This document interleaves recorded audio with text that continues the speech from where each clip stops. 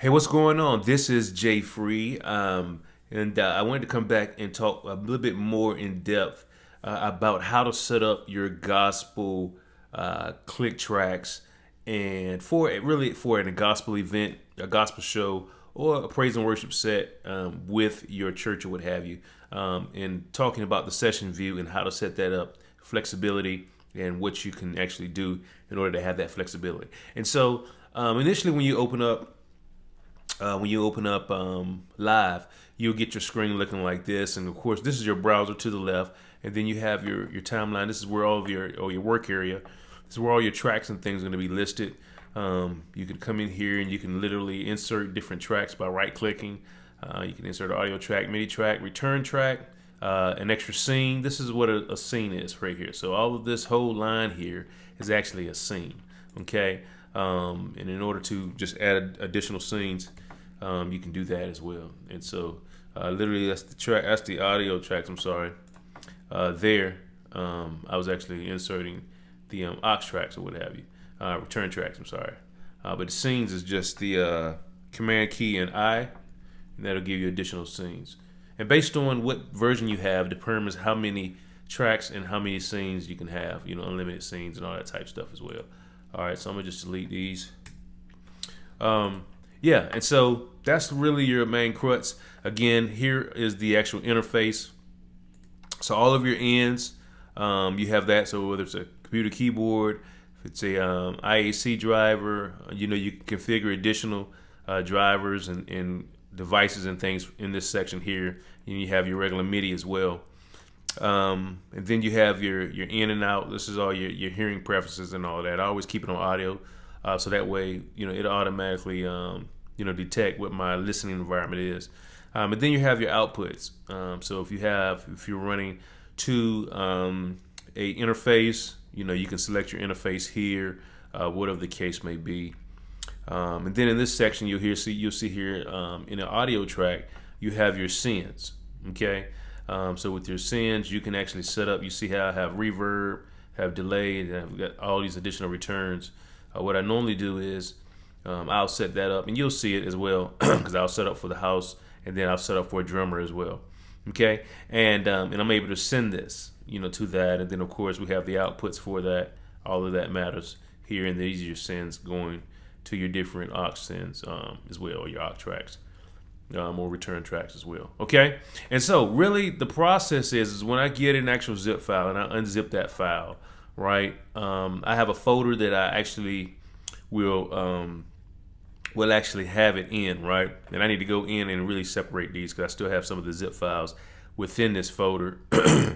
But let's just say I think this is when the battle is over. So this, when you get them from Gospel Multitracks or Loop Community, Gospel Multitracks is Loop Community. By the way, it's just the gospel division of Loop Community. You get your tracks like this, okay? And so we see that this track here, when the battle is over, it's already set at 120 BPM. So I already have it here set to 120, okay? So now all I'm gonna do is I'm gonna hit Tab key, and now I'm gonna bring it into the arrangement view. Remember, this is your session view, but this is your arrangement view, okay? And so your arrangement view is where you always want to bring in your tracks, right? And so literally, I have my tracks here. I have bass, click, cues, drums, e-guitar, loop, orchestra, organ, piano, and synth. Now, every package of loops that you get or multi-tracks that you get may not have all of those instruments. So sometimes, especially if you're setting up a set for an entire praise and worship set, for the choir, whatever the case may be, you may have things named differently, right? So you may have synths in one song, but then you may not have those in another. So as far as your naming conventions, you can. What I normally do is, especially if I'm producing my own tracks, and I'm using my own stems.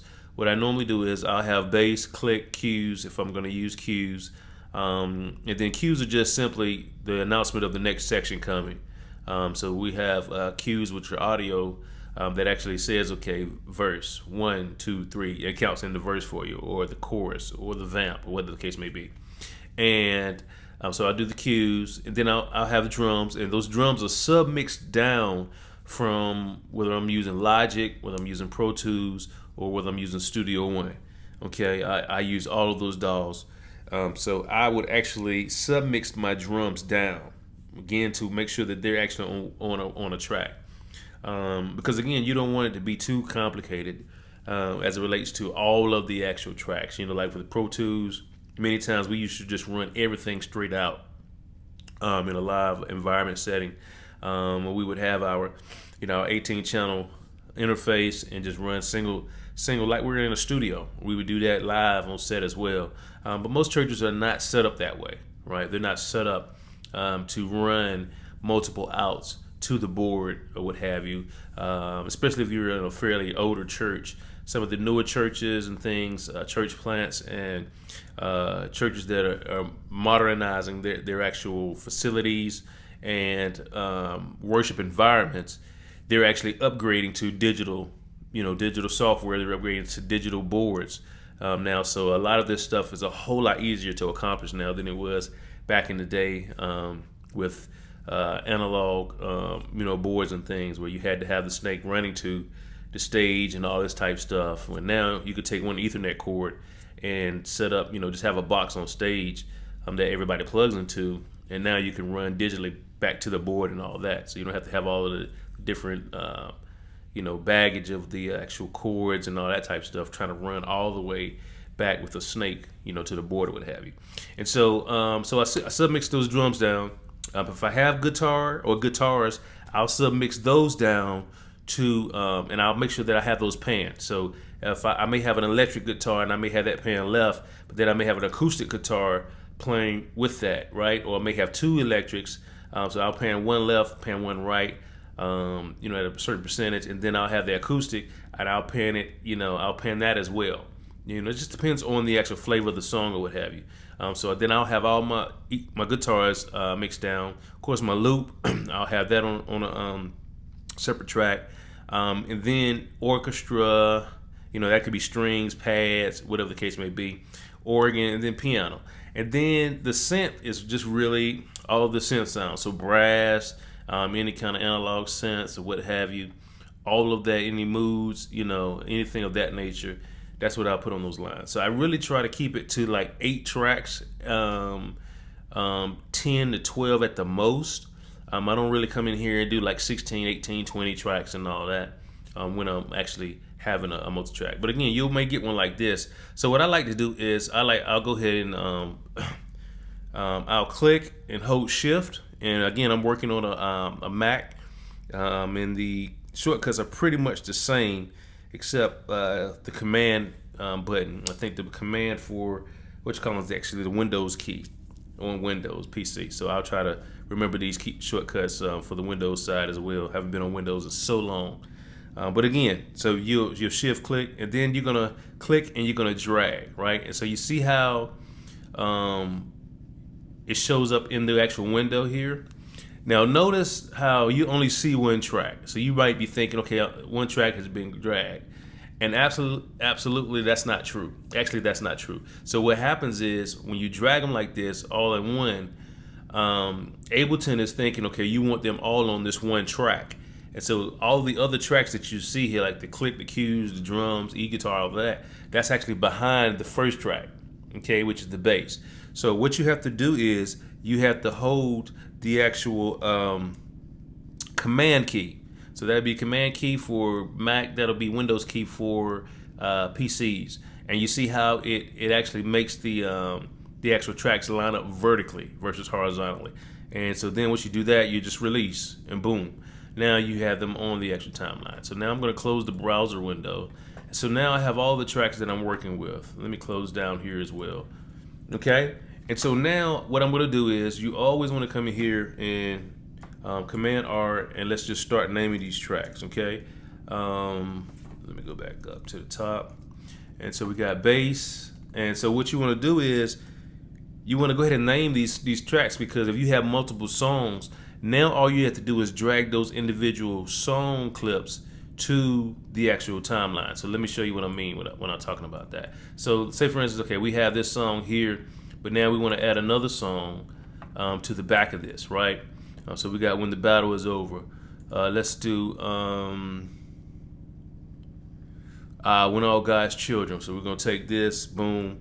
Now if I have all of these named, if I want to drag the bass, I can just drag the bass to this actual section, right? And so I can go to the end. Let me go back here, cancel that. And so I'm gonna go here to the end, right? And so I'm just gonna take the bass, and now I could just line it up onto that which column, right?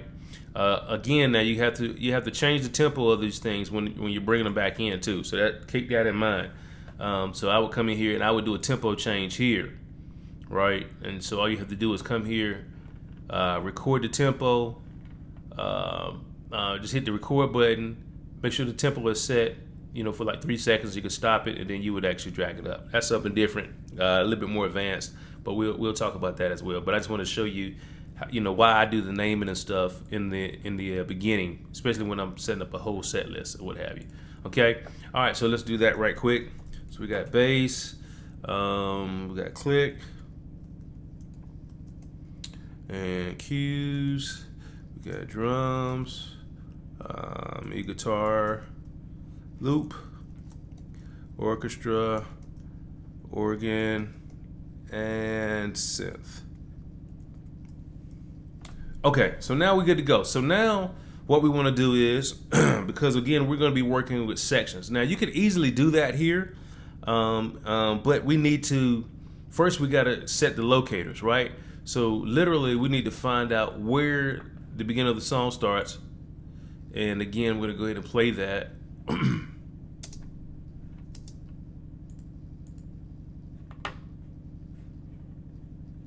All right, let's see.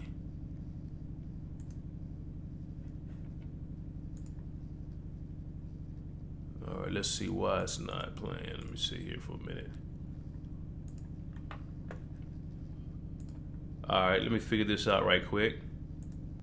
All right, guys, I'm back. I figured out what it was. It was actually a driver that I had to install for my screen capture software, ScreenFlow. And I forgot, I had already installed it, but I forgot to go into preferences and set up the actual audio output. And so I had no device set, so that's why I wasn't getting sound or getting it to work. All right, so let me go back to that. Let me go back to the this side of it, and then all right, we got here. Intro 2, 3, 4.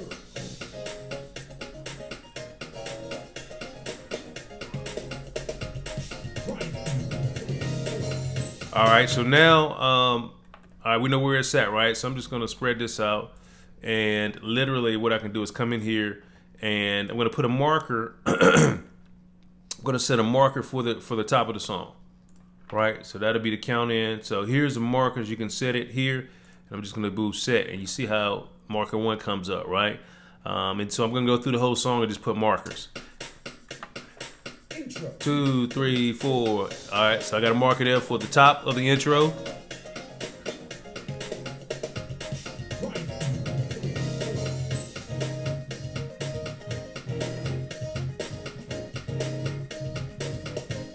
It's a little bit longer. Which column? A little bit longer intro. This one.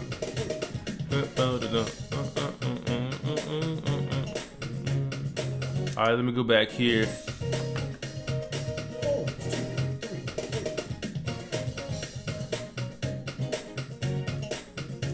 Let me see.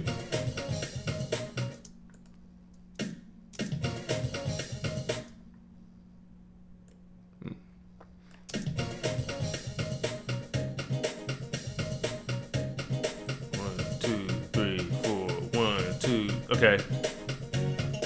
Sometimes it'll fall right on. You know how sometimes our music goes right before. So I'm gonna do the long intro.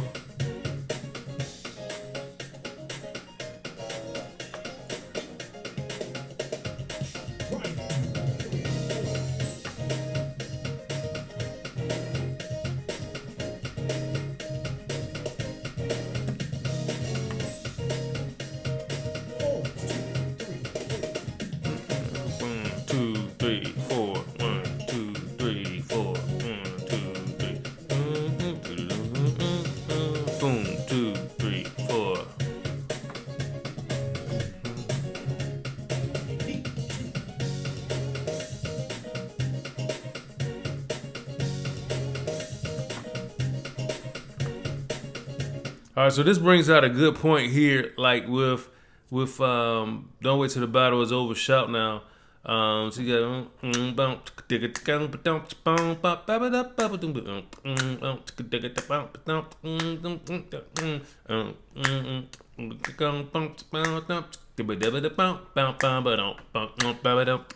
so it's like the one is kind of weird because of the music, right?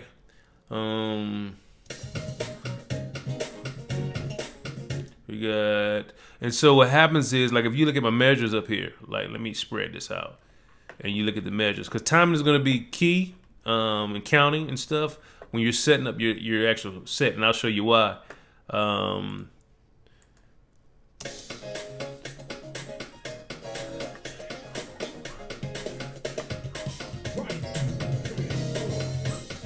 See, all that is on the one.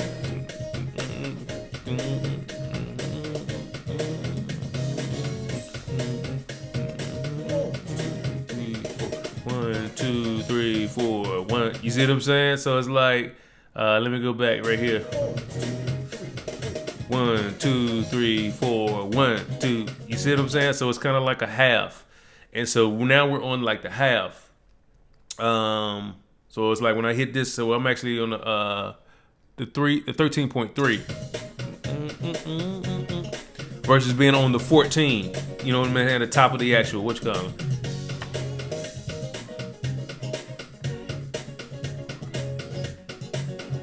All right, so then we go back out. So now what you can do is you can set as many markers as you want or as few markers as you want. So right here, I'm just gonna set a marker when we go into the actual what you call it. 2, 3, 4, 1, 2, 3, 4. All right, so I got it set there. Now you can change this, like I got it on bar now, so I could easily come to half a bar, and then it makes my life easier as far as the you know, the actual phrases and stuff.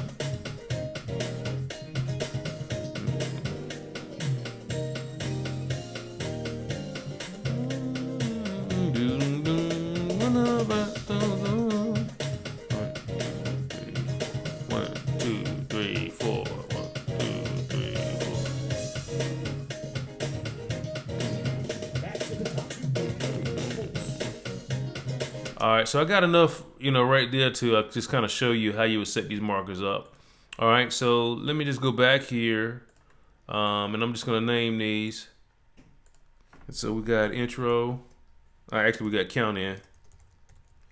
Then your next one is intro, and I believe this was the chorus. Oh, let me see. Verse. I'm sorry. Let's see. I'm not verse, I mean chorus. I'm tripping.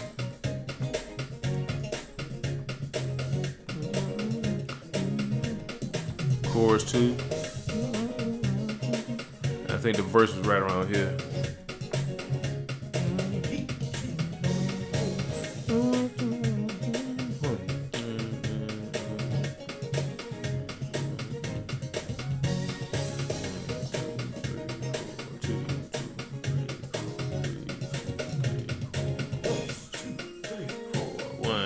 Right there, so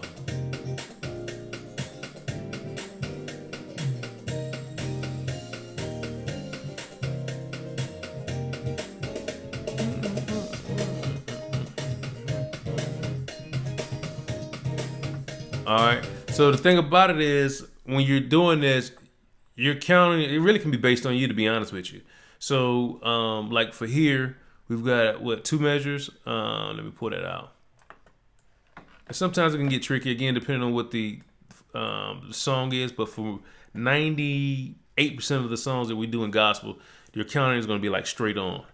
And so, like, we got 2 measures here, and then we have another 1, 2, 3, 4, 5, 6.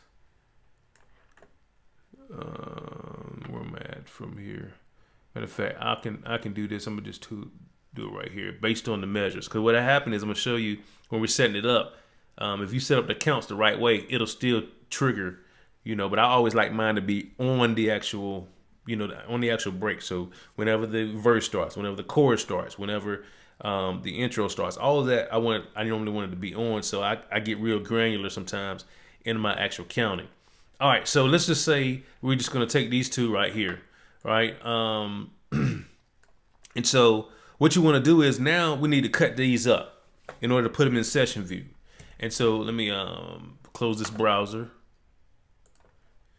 All right, so we need to cut these up to put them in session view. So now all I want to do is I want to click and drag up and include all of the tracks that I have, right? And then what you want to do is you want to actually separate these tracks, okay? And so you see the key command for split is Command E. So I'm just go Command E and boom. You see how it split those tracks at that marker point? All right, so I want to do the same thing here. I'm just going to go up, select all of these.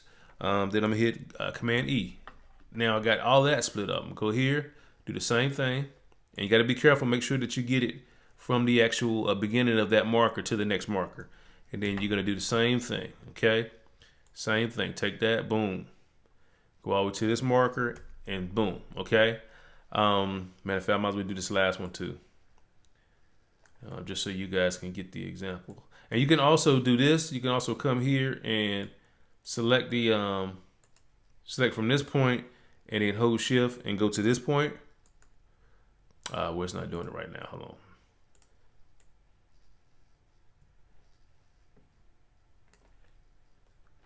on. See, let me see, did it do it? Okay, so it did do it for those two. Okay, and so you come here. Let me get this last one right quick. All right, and just Command E. All right, so now we have all that, right? And so now what you have to do is we need to get all of these into the session view, right? And so the way we do that is we're just going to take this. Matter of fact, let me do this. Come down. Oh, okay, I see. I mislabeled this. That's what it was.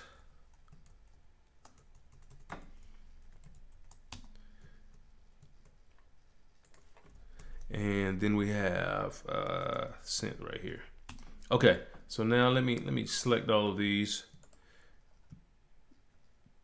And I'm gonna just make these a little bit smaller so all of them are showing. Okay, so now what I want to do is we'll make that a little bit bigger.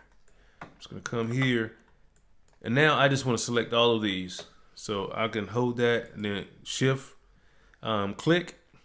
All right, and then I want to pull them. And then I want to hit the tab key. Once you hit the tab key, now you see that you have all of these. And now you have them in a linear fashion. So all you have to do is come here and just drop them. And boom, voila. So now you have that's your intro. You'll come here, do the same thing. Click on it, then just hit tab, and it's going to bring it right over. You will release it. You come to the next one.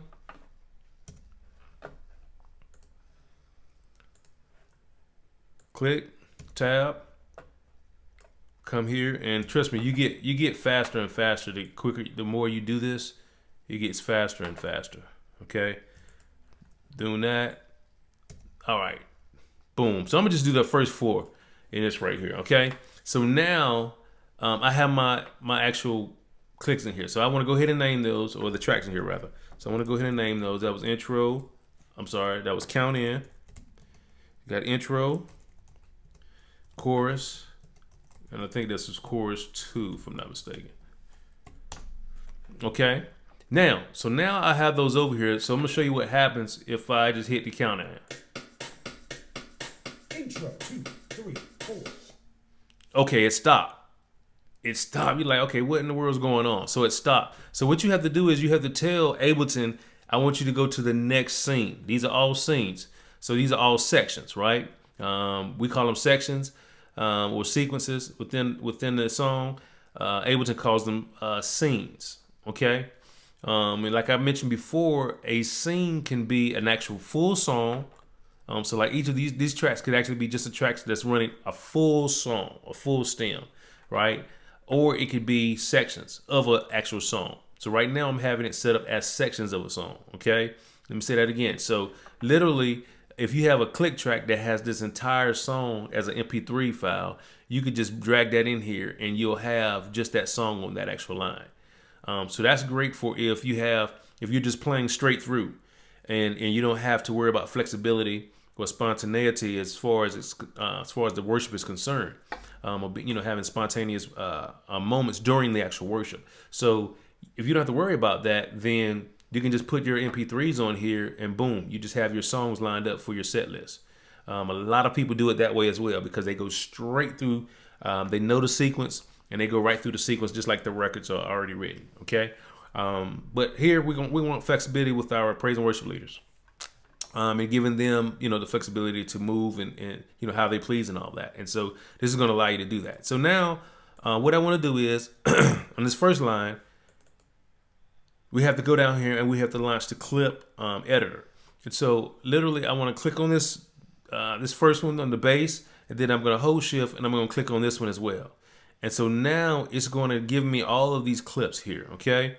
And what I need to tell Ableton is I need to tell it, okay, I want these clips to actually follow, right? And let me see, where's my, okay, there we go. And so literally, when you click this link here for the launch, this is actually going to tell all of these clips how to behave. And so I'm going to select this clip.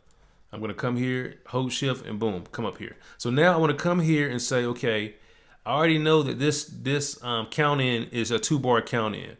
Okay, so we're going to say, okay, give me 2 bars, and then I want you to go to the next.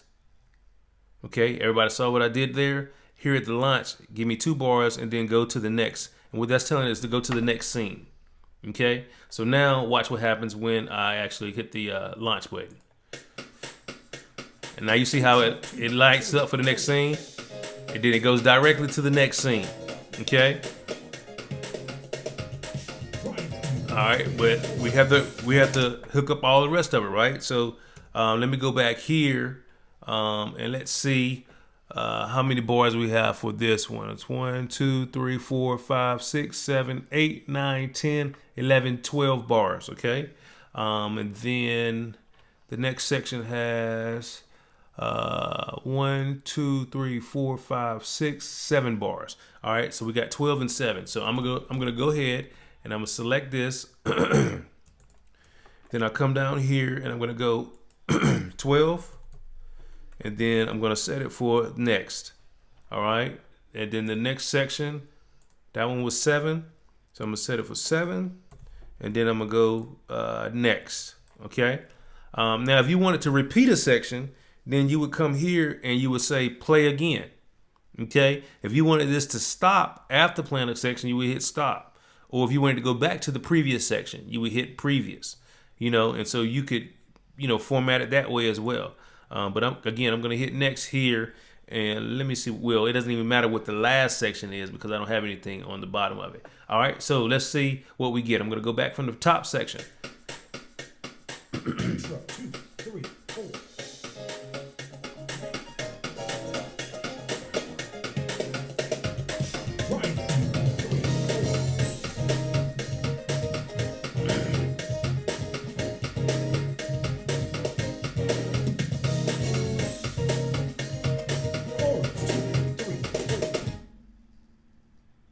Okay, so you see how my count was off right there.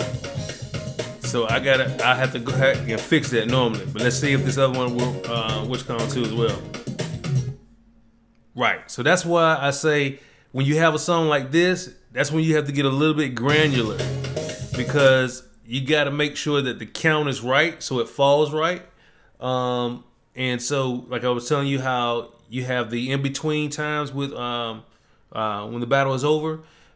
Another song, like the song I did at the actual workshop, you wouldn't necessarily have to do that because that song kind of lays right on the one on every type of section, right? I'll praise your name, so that actually hits on every section, okay? But ultimately, how it would work is that count in for the intro goes to the actual intro, and then the intro to the next one, or what have you.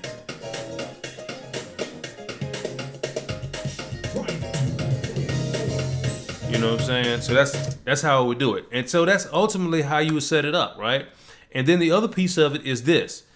is going here and saying, okay, I want to have key commands for these, right? So I'm just going to go to the actual key switch button, and I say, okay, I want to use one. I normally use numbers. What I do is I use numbers, and then I use that first row of letters if I'm having to launch it from my computer. Okay, I have a controller, or the controller that I showed you guys, the APC Mini. But you can use machine for that. You can use your keyboard to launch. You can use the LPD pad.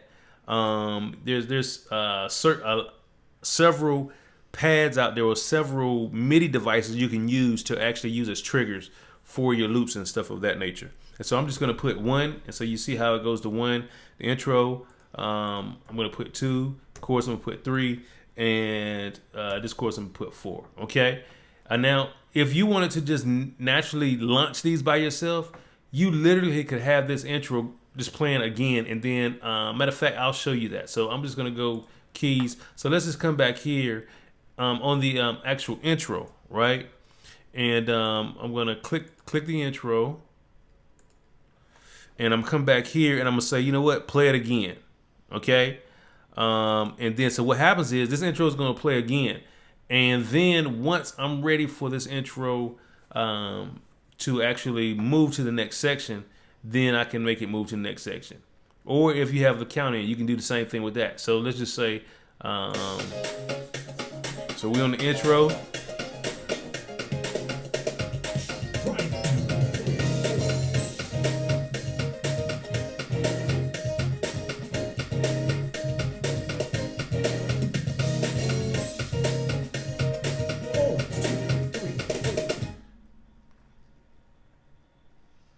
And because I have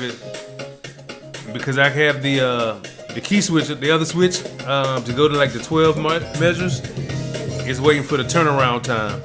But normally, like for instance, even if I showed it to you on the actual intro, right? So if we go to the intro and do the same thing, go to play again, and then let the intro play. Intro 2, 3, 4. You see how it just repeated? Now what I can do now when it's time for the intro, 1, 2, 3. You know what I'm saying? I'm gonna go back to the intro. Intro 2, 3. And I hit 2 to go to the next one.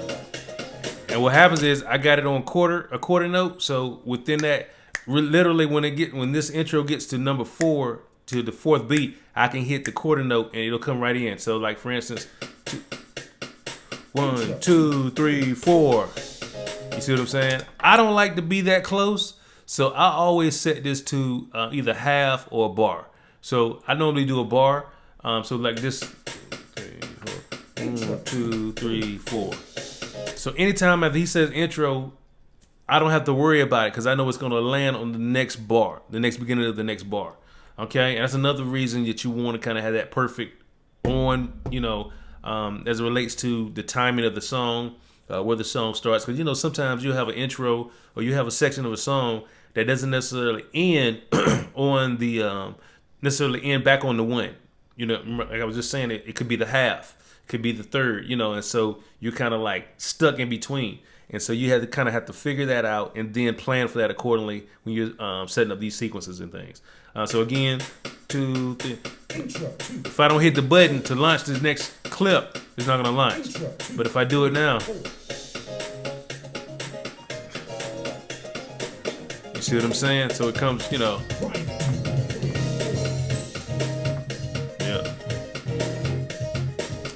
And that's pretty much it, man. And so for instance, you want to just run that because you don't want the click and the loop and all that to be out in the house, right? You just want that to go to the drummer, and sometimes to the actual band, the click and all that. So the way you do that is, I'm just going to delete all of these returns, and what you want to do is you just want to add a return track, you want to add 2 return tracks, excuse me, okay? And then you want to set this up for, instead of the master out, this is going to be send onlys, okay?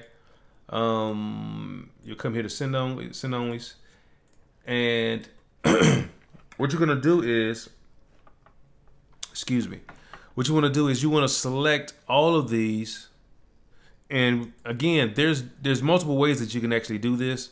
This is the way that I've learned how to do it. But there's like two or three different ways that you can actually run things, with Ableton as it relates to some of this stuff. All right, so I have all those selected. So I'm just gonna click on here, hold Command, and I'm gonna say send onlys. All right, sends only. So it is actually all of the sends. So whatever I send is going to these particular channels. Now, why this is not showing up on my which column we shall see. But at any rate,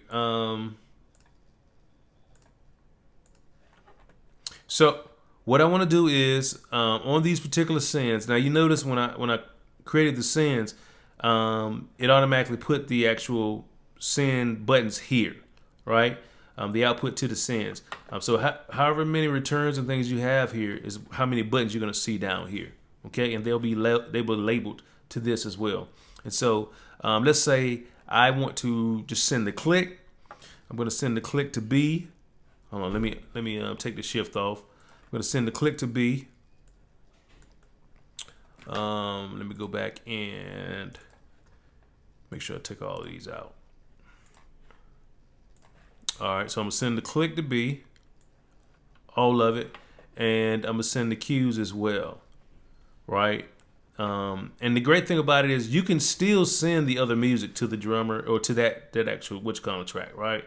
So depending on how your in-ears and things are set up, you can kind of really determine how you want to send this. So normally I would just, because the music is going to be coming, all of the full music is going to be coming through A, and we still get that in our in-ears. So I'm just going to send the drummer really his mix, because we can still mix through our in-ears and all that type of stuff. So I'm going to just send, just a little bit of the bass, because the drummers like to, feel the bass player. Maybe a little bit of guitar, definitely the loops. I'm gonna give them all the loop. All of the other stuff like the orchestra, all of that, they normally don't want to hear. They definitely want to hear some of the actual piano player, and then I'm gonna just leave it like that. Then everything else, I'm gonna send to A.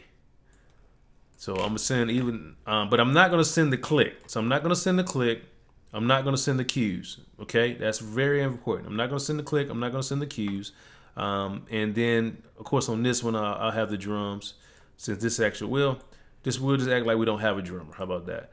Since we're talking about setting it up for a drummer. Of course, the guitar, the loop, we definitely could send to the house, orchestra, organ, and piano. And, of course, the synth as well. All right, so now I have these set. So when I click... matter of fact, I'm gonna stop the actual launch sequence. So when you go back to tab, when you tab and you go to the arrangement view, you'll notice that these are grayed out, and that's because you're using Ableton recognizes you're using the session view, and you can't use launch clips while you're using the linear timeline. Okay, so the way you get back to the linear timeline is you just hit this button here, this orange button, and it'll release it. And so now you see how all of these stopped. And now you're back in your arrangement view, and that's where you can actually run your tracks from. Some guys love running through arrangement view, probably because they're so used to that with Pro Tools and Logic and Studio One. When they're working, this is how the timeline normally is. So it works in a linear fashion versus coming down like this in a horizontal fashion. All right, and so the great thing about it is that even when you're in the arrangement view, you still can toggle back around and use these, okay? Use these as your mixing, your mixing tools and all that stuff as well. And so literally, when we hit it, you'll realize we don't have anything coming in right now. So let me make sure I come back, I come here. External outs. On these, I had them set for sends only, and that's only for the tracks. So external out. So now what I'm going to do is I'm going to go, this is going to be 1 and this is going to be 2. Okay. I'm going to do that again. So you always want to set your aux sends and all that to external out. Okay. When you're doing this. And then you want to separate those channels. So you're going to have your Y cable and you'll have your left and your right. Okay. And so what you want to do is you want to make sure that each of those are set up the right way. So literally, if I do this, All right, so that's my left channel. And so that's going to be going to the actual house. I'm sorry, to the drummer. It's going to be going to the house, but it's going to be feeding. The house is going to be feeding that to the drummer. Or if you have a headphone out coming from your like a mixer or sub mixer that you may have that you're running your tracks through, then you can send that to the actual drummer. Okay, and then if I solo this section, you'll hear it. It's the full mix. Okay, and again, I can come here and I can mix this how I want to mix it. So, and it's key that you definitely do mix that, and you make sure that all of your tracks that you put in here are even. So like when you go on song to song, make sure that the volumes are even, so that way you don't have to worry about the sound man going crazy, because you have one track that's loud and booming, and then you have another track that's kind of mild. You want to make sure they're kind of on the same wavelength as far as their volumes and stuff are concerned. Okay, and so that's pretty much it. Once you have that, then you can kind of feed what you want to feed to those particular outs or what have you, to those aux sends. And then again, you'll come up here and just make sure that you name those. So I'll name it house, and then I'll say drummer. So I know that this is going out to the drummer or what have you. And that's pretty much it. And so you have that. And so I can actually put the drums in here now. But let me just go ahead and put them in the main mix. So even if I came here, you don't hear any drums, but you'll hear it in the actual house mix, right? And again, if you have a drummer, if I'm playing by myself, I don't need to do the stems like this, right? Because I'm playing by myself, so I need the drums in there. But if I have a drummer, then I want to run it like this to give him his own mix or what have you. Yep, and that's pretty much it. So again, we went through the process of dragging your actual instruments over to the timeline view, and then actually taking those and splicing them up and getting them ready for your actual session view tracks. And dragging those over so you can get your individual scenes. So again, that's the count in. This is the count in scene. That's the intro. This is the intro scene. That's the chorus. This is the chorus scene. All right. Then same thing with chorus 2, right? And again, I like to do these accordingly to the song. So as soon as I pull it in, I listen to the song. I play it all the way through. I set my markers, and then I name my markers. And then once I have my naming convention, the conventional naming themes that I have for it, then I'll switch over and I'll actually pull those in and then name them over here as well. Okay.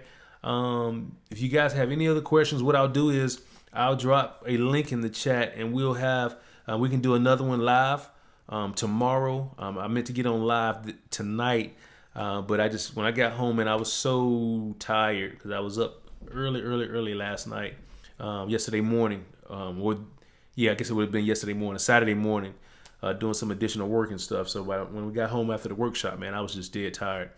So what we'll do is tonight, it's actually Sunday now. I'm doing this at about 12:31 now. So what we'll do is tonight, I guess around 8 o'clock, we can have a Q&A. I'll send the Zoom link, and we'll actually get on, and I'll open up, and any questions that you guys may have about, doing your tracks like that, or any other questions you may have from the workshop, I'll answer what I can answer, as far as setting up cues, setting up all the other stuff. As far as tracking, I haven't really got into tracking a lot with Ableton, so I can show you a little bit of what I know. But Dewan is definitely the man for that. And I'm gonna get more into tracking in Ableton as well. But other than that, man, this is the setup, and I'll show you some of the other things that I have that makes it so flexible, and show you how. Matter of fact, I can show you now.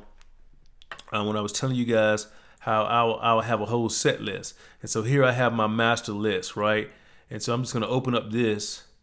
Let me save this real quick.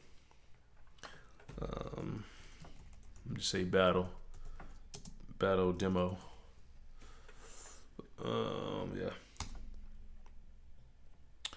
And then I'm gonna pull up this other set list so you can kind of see how I have it set up with all of the songs in the same actual form. or same actual file. I'm sorry.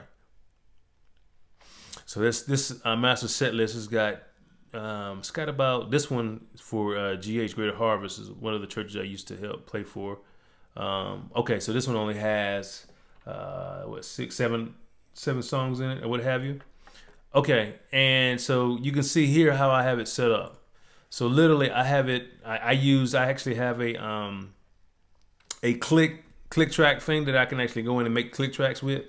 So I have it set up with all the instruments and all that stuff in there. And so here, this is exactly what I did. I kind of used that to create these. I think these are the MIDI tracks on some of this stuff. And then it was also audio included as well. And so literally, you see I have best days. I've got the BPM. I've got U-Rain with the time signature and all that. Love You Forever, all of that. So literally, let's see. Do I have anything muted?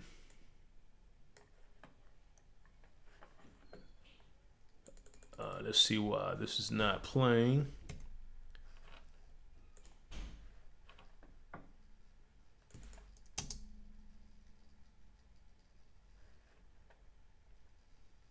That's interesting. Why this is not playing? I see it playing right there. Let's make sure. This is configured. Audio output, built-in output.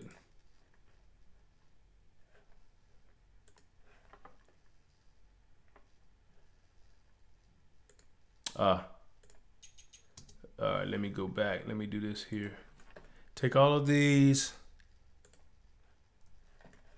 Oh, and I have a multi-track folder. I got the folders with all the multi-tracks and stuff in it. So I'm gonna just take that folder and let's go master.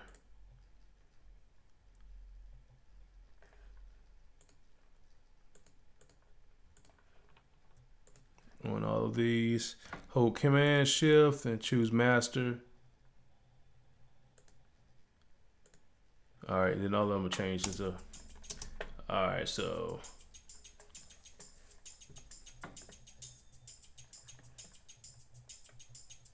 Yeah, this is actually a stem I actually got for one of my boards. I needed one. It was like a Saturday night. Joseph Jones, shout out to him. And he was like, "Yeah, man, I got a stem for that one already." Cause I was actually going to create it. I was like, "Man, I want to have to create this tonight and stuff." And so he had one, so he sent to me. But then if I go to the next song, you know what I'm saying? That's a full stem that I got right there.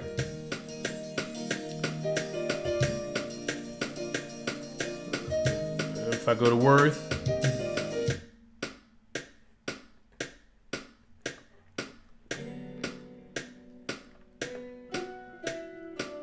you see what I'm saying? So it's you can do it that way, linear as well. So when you have all of your actual songs in here. And so when I launch it, it's there.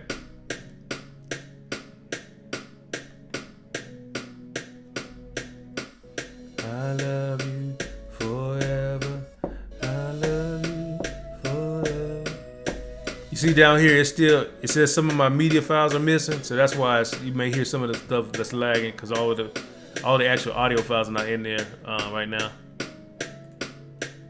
War and all that. So however you want to actually run it, you just make it yours, man. You just make it suitable for what you want to do, whatever your atmosphere, your environment is at your church. You can really utilize Ableton to really be effective in your ministry, especially if you're playing by yourself. Really being able to get those stems and say, okay, I'm on keys, let me take out the keys and put everything full around me. Now you can have a full sound in your house of worship. If you can't really afford to bring on other additional instruments or what have you, because you're at a smaller church, has a smaller budget or what have you, now you're able to really step up your actual worship and the musicality of what you're doing as it relates to your instrumentation and orchestration that's around you or what have you as well. Okay, again, I'm going to send that link. I'm going to put it in the group, and I look forward to seeing you guys on the Q&A. Talk with you later.